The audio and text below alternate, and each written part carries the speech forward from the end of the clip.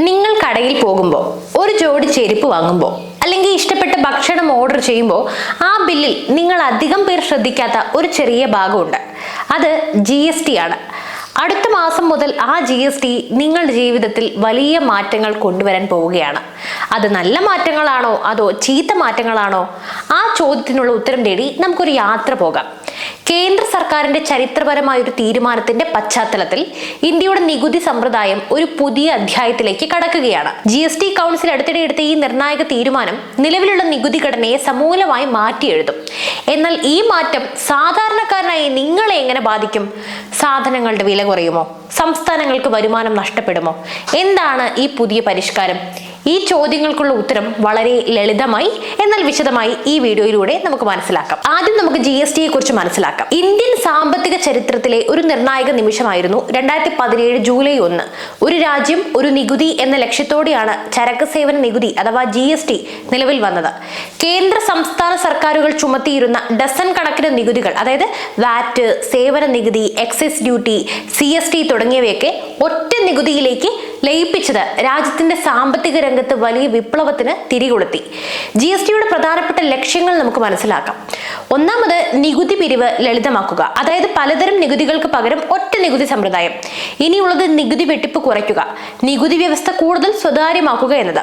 പിന്നെ സാമ്പത്തിക വളർച്ച ത്വരിതപ്പെടുത്തുക, ബിസിനസ് ചെയ്യുന്നത് എളുപ്പമാക്കുകയും രാജ്യവ്യാപകമായി വിപണിയെ ഏകീകരിക്കുകയും ചെയ്യുക.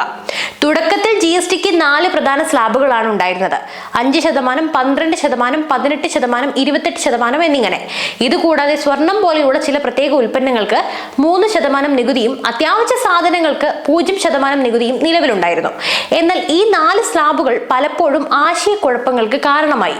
ഉദാഹരണത്തിന്, ഒരു ഉൽപ്പന്നം 12% സ്ലാബിലാണോ അതോ 18% സ്ലാബിലാണോ ഉൾപ്പെടുത്തേണ്ടത് എന്നതിനെ ചൊല്ലി പലപ്പോഴും തർക്കങ്ങൾ ഉണ്ടായിട്ടുണ്ട്. ഇതിനെല്ലാം ഒരു പരിഹാരം കാണേണ്ടത് അനിവാര്യമായി വന്നു. ഇനി പുതിയ മാറ്റങ്ങളെ കുറിച്ച് മനസ്സിലാക്കാം. ഇന്ത്യൻ സാമ്പത്തിക രംഗത്ത് വലിയ ചലനങ്ങൾ സൃഷ്ടിക്കാൻ പോകുന്ന ഒരു പുതിയ പരിഷ്കരണത്തിന് GST കൗൺസിൽ അംഗീകാരം നൽകി.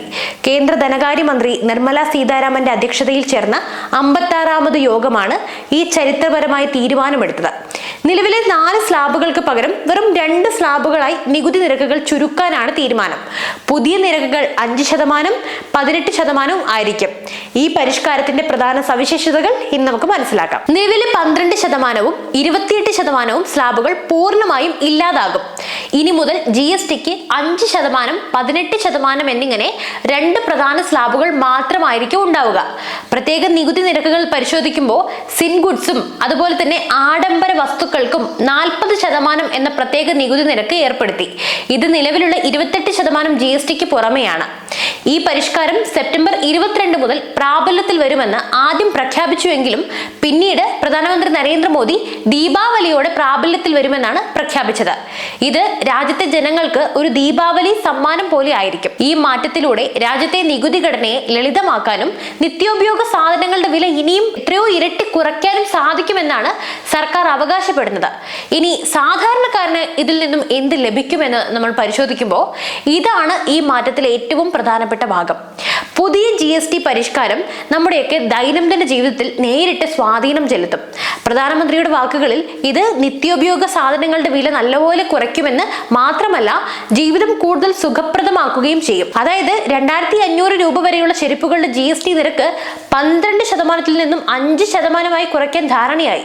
നിലവിൽ 1000 രൂപ വരെയുള്ള ചെരുപ്പുകൾക്ക് മാത്രമാണ് 5% GST ഉണ്ടായിരുന്നത്. ഈ മാറ്റം മധ്യവർഗ കുടുംബങ്ങൾക്ക് വലിയ ആശ്വാസമാകും. നിലവിൽ 12% സ്ലാബിലുള്ള ഏകദേശം 99% ഉൽപ്പന്നങ്ങളും 5% സ്ലാബിലേക്ക് മാറ്റിയേക്കും. ഇത് സാധാരണക്കാർ ഉപയോഗിക്കുന്ന വസ്ത്രങ്ങൾ, ഫർണിച്ചർ, ചില ഇലക്ട്രോണിക് ഉൽപ്പന്നങ്ങൾ, പ്ലാസ്റ്റിക് ഉൽപ്പന്നങ്ങൾ, പലതരം ഭക്ഷണ സാധനങ്ങൾ എന്നിവയുടെ വില കുറയ്ക്കാൻ കാരണമാകും. 28% സ്ലാബിലുള്ള മിക്ക ഉൽപ്പന്നങ്ങളും 18% സ്ലാബിലേക്ക് മാറുമ്പോൾ ആഡംബര വസ്തുക്കൾ, കാറുകൾ, മദ്യം, പുകയില ഉൽപ്പന്നങ്ങൾ തുടങ്ങിയവയ്ക്ക് 40% വരെ നികുതി ഉയരും. ഇത് സർക്കാരിന് കൂടുതൽ വരുമാനം നേടിക്കൊടുക്കും. നിലവിൽ 28% GST-യിലുള്ള ലോട്ടറിക്ക് 40% നികുതി ഏർപ്പെടുത്താനുള്ള സാധ്യതയുണ്ട്. അത് ലോട്ടറി വ്യവസായത്തെയും അതിൽ നിന്നും വരുമാനം നേടുന്ന സംസ്ഥാനങ്ങളെയും എങ്ങനെ ബാധിക്കുമെന്ന് കണ്ടറിയണം. ഈ പരിഷ്കാരം ഏകദേശം 175 ഉൽപ്പന്നങ്ങളുടെ വില കുറയ്ക്കുമെന്നാണ് സൂചന.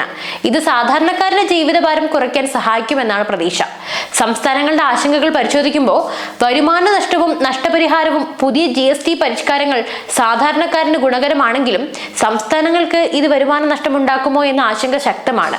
GST കൗൺസിൽ യോഗത്തിൽ പ്രതിപക്ഷ സംസ്ഥാനങ്ങൾ ഈ വിഷയം ശക്തമായി തന്നെ ഉന്നയിച്ചിട്ടുണ്ട്. 12%വും 28%വും സ്ലാബുകൾ ഒഴിവാക്കുന്നത് സംസ്ഥാനങ്ങൾക്ക് വലിയ വരുമാന നഷ്ടമുണ്ടാക്കുമെന്ന് BJP ഇതര സംസ്ഥാനങ്ങളിലെ ധനമന്ത്രിമാർ ചൂണ്ടിക്കാട്ടി. കേരളത്തിന് ഏകദേശം 8,000 കോടിയുടെ വരുമാന നഷ്ടമുണ്ടാകുമെന്നാണ് ധനമന്ത്രി KN ബാലഗോപാൽ അറിയിച്ചത്. GST നടപ്പിലാക്കിയപ്പോൾ ആദ്യത്തെ 5 വർഷത്തേക്ക് വരുമാന നഷ്ടം നികത്താൻ നഷ്ടപരിഹാര നിധി രൂപീകരിച്ചിരുന്നു. എന്നാൽ ആ കാലാവധി 2022-ൽ അവസാനിച്ചതോടെയാണ് ഈ പുതിയ ആശങ്ക ഉടലെടുത്തത്. നഷ്ടപരിഹാര നിധിയിൽ അവശേഷിക്കുന്ന 40,000 കോടി രൂപ സംസ്ഥാനങ്ങൾക്ക് അനുവദിക്കാമെന്ന് കേന്ദ്രം ഉറപ്പു നൽകിയെങ്കിലും അത് മതിയാവില്ലെന്നാണ് സംസ്ഥാനങ്ങൾ വിലയിരുത്തുന്നത്. വികസന പ്രവർത്തനങ്ങളെ ബാധിക്കുമോ എന്ന് പറയുമ്പോൾ സംസ്ഥാനങ്ങളുടെ വരുമാനം കുറയുന്നത് വികസന പ്രവർത്തനങ്ങളെയും ജനക്ഷേമ പദ്ധതികളെയും ബാധിക്കുമെന്ന ആശങ്ക ശക്തമാണ്. കേന്ദ്ര സംസ്ഥാന ബന്ധത്തിൽ ഇത് പുതിയൊരു തർക്ക വിഷയമായി മാറിയേക്കാം.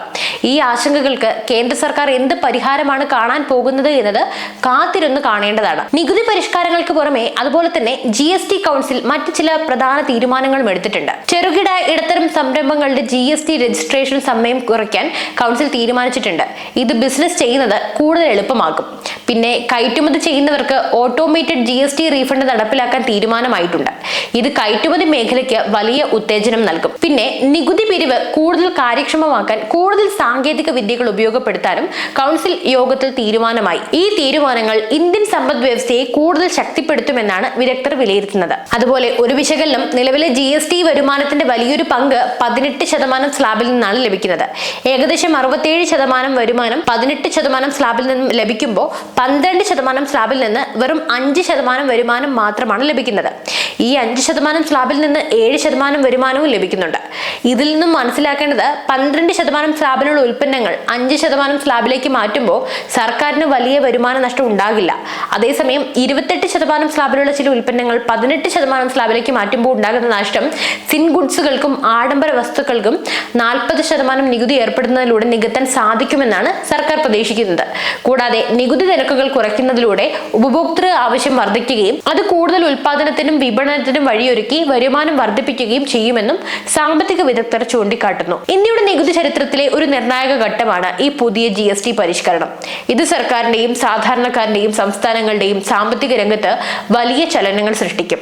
നികുതി ഘടന ലളിതമാക്കുകയും നിത്യോപയോഗ സാധനങ്ങളുടെ വില കുറച്ച് സാധാരണക്കാരന് ആശ്വാസം നൽകുകയും ചെയ്യുക എന്ന നല്ല ഉദ്ദേശത്തോടെയാണ് ഈ മാറ്റം വരുന്നത്. എന്നാൽ ഇതിന്റെ യഥാർത്ഥ ഗുണങ്ങൾ അറിയണമെങ്കിൽ ഈ പരിഷ്കാരം പ്രാബല്യത്തിൽ വരുന്നത് വരെ കാത്തിരിക്കണം. സംസ്ഥാനങ്ങളുടെ വരുമാന നഷ്ടം, ലോട്ടറി പോലുള്ള പ്രത്യേക മേഖലകളിലെ നികുതി വർധനവ് തുടങ്ങിയ വിഷയങ്ങളിൽ ഇനിയും വ്യക്തത വരാനുണ്ട്. എങ്കിലും ഈ നീക്കം ഇന്ത്യൻ സാമ്പത്തിക വ്യവസ്ഥയെ ഒരു പുതിയ തലത്തിലേക്ക് ഉയർത്തുമെന്ന് തന്നെയാണ് പ്രതീക്ഷ. അപ്പോൾ ഈ വീഡിയോ നിങ്ങൾക്ക് ഉപകാരപ്പെട്ടെങ്കിൽ ലൈക്ക് ചെയ്യാനും ചാനൽ സബ്സ്ക്രൈബ് ചെയ്യാനും മറക്കരുത്. നിങ്ങളുടെ അഭിപ്രായങ്ങൾ തീർച്ചയായും താഴെ കമന്റ് ബോക്സിൽ അറിയിക്കുക. മറ്റൊരു വിഷയമായി വീണ്ടും എത്തും വരെ നന്ദി. News desk IBN Malayalam.